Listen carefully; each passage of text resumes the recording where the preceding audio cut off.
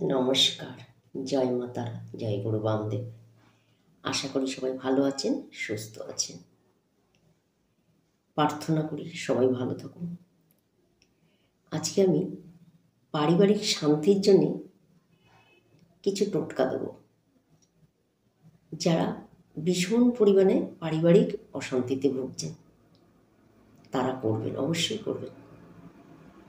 তার আগে বলবো আমার চ্যানেলটি সাবস্ক্রাইব করবেন, তাহলে এই ভিডিওগুলো কিন্তু আপনারা সব সময় দেখতে পাবেন এবং এই ধরনের ভিডিও আপনাদের কিন্তু সব সময় আমি দেব, যাতে আপনারা যে কোনো সমস্যার থেকে বেরিয়ে আসতে পারেন। প্রচুর মানুষ ফোন করে, সেই হিসাবে আমি ভিডিওগুলো তৈরি করি। আচ্ছা, আজকে বলবো পারিবারিক শান্তির জন্য কি করবেন। আচ্ছা, প্রথমে এটা বৃহস্পতিবার দিন করবেন। বৃহস্পতিবার দিন স্নান টান করে আপনি করবেন। তার আগে একটা লাল কাপড়ের একটা টুকরো জোগাড় করে নেবেন। আচ্ছা, বৃহস্পতিবার দিন স্নান করে আপনি কি করবেন, এটি ঠাকুর ঘরে বসবেন। ঠাকুর ঘরে বসে আপনি লাল কাপড়টা একটা থালার উপরে পাতবেন।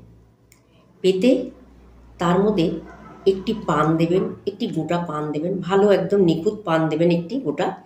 আচ্ছা, তার মধ্যে একটা গোটা ভালো একটা সুন্দর দেখে একটা সুপুরি দেবেন।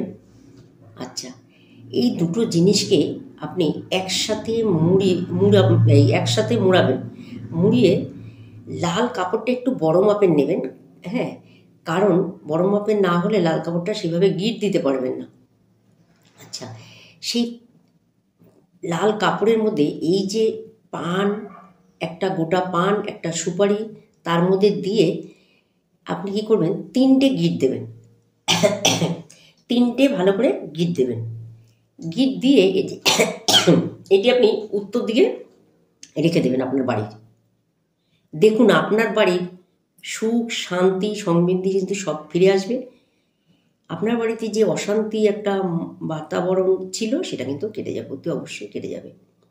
আপনারা সবাই করবেন। যারা পরিবারে শান্তি পাচ্ছেন না তারা অবশ্যই করবেন। এটা কিন্তু ভালো রেজাল্ট পাবেন এখান থেকে। অনেকে পেয়েছে। যাদের পারিবারিক অশান্তি আছে সবাই কিন্তু এই টোটকাটা কিন্তু করছে, তারা কিন্তু ভালো রয়েছে। অবশ্যই করবেন। এটা কিন্তু বৃহস্পতিবার দিনই করবেন।